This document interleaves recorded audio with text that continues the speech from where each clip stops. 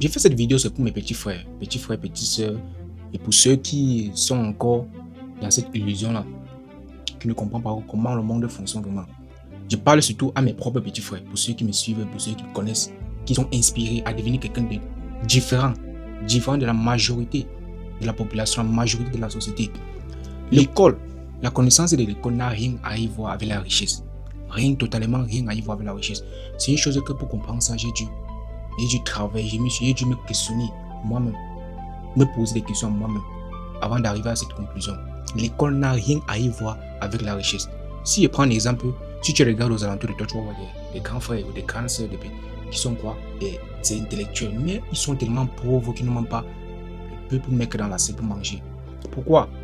C'est pas parce qu'ils ne sont pas allés à l'école, mais c'est à ce moment-là que tu comprends que si tu es quelqu'un qui est intelligent, tu vas comprendre que l'école n'a rien à y voir avec la richesse, rien à y voir avec une stabilité financière assez élevée. Si on regarde le plus riche du Cameroun, c'est Mamadou Damboulou, l'homme du Nord le plus riche. C'est quelqu'un qui n'est pas allé à l'école, mais il est comment? Il est multimilliardaire. Ça veut pas dire l'école n'a rien à y voir avec la richesse. L'école nous a conditionnés de façon qu'on doit travailler pour pouvoir suivre ce processus-là, que c'est en fonction, l'école nous a conditionné déjà que c'est en fonction de l'école qu'on peut devenir quelque chose. Non, l'école c'est juste pour être, pour avoir la possibilité de pouvoir savoir certaines choses, de pouvoir savoir, pour être en mesure de pouvoir connaître quand est-ce que quelqu'un veut peut-être t'arnaquer, quelqu'un veut te frapper, quelqu'un veut te mettre dans de mauvaises conditions, et tu peux être en mesure de pouvoir le savoir. C'est la règle de l'école. Par exemple, si tu as fait des matchs, tu connais un peu des matchs, il y a certaines situations qu'on ne peut pas te tromper facilement. C'est à ce niveau, mais la richesse n'a rien à y voir avec l'école.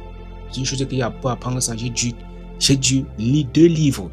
Il y a le livre, ce qu'on appelle le livre de Kiyosaki, Père riche, Père pauvre. C'est un livre qui m'a aidé à changer ma mentalité, changer ma façon de voir l'argent, changer ma façon de voir comment la vie fonctionne, comment l'argent fonctionne, comment le monde ici est en général.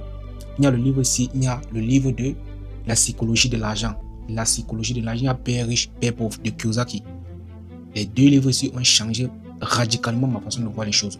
Donc toi qui es là, tu penses que sans partant le corps, oh je suis fini l'école, je vais devenir un ingénieur. Si tu regardes autour de toi, tu vas voir les gens, tes grands frères qui ont les bacs, qui ont les licences, qui ont les doctorats. Mais même ceux qui sont à l'hôpital, ils sont les docteurs, ils travaillent, mais après tu vois qu'ils n'ont même pas rien. Ils n'ont rien. Ils n'ont pas cette stabilité financière. Déjà qu'aujourd'hui, s'ils arrêtent de travailler, de faire les fonctions, de travailler, il n'y aura plus de sources de revenus. Ça veut dire qu'ils n'ont pas ce qu'on appelle l'intelligence financière. C'est une autre école. C'est que la vie peut uniquement t'apprendre. Donc toi qui es là, tu penses que c'est l'école seulement qui va te rendre riche. Le monde ne fonctionne pas comme ça. Tu dois développer, tu dois comprendre, tu dois t'adapter à l'école de la vie. C'est ça qui va te permettre à pouvoir évoluer. Donc si tu as aimé cette vidéo, n'oublie pas de t'abonner, partager et de commenter. Et de laisser si tu aimerais savoir un peu plus dans quoi je peux faire.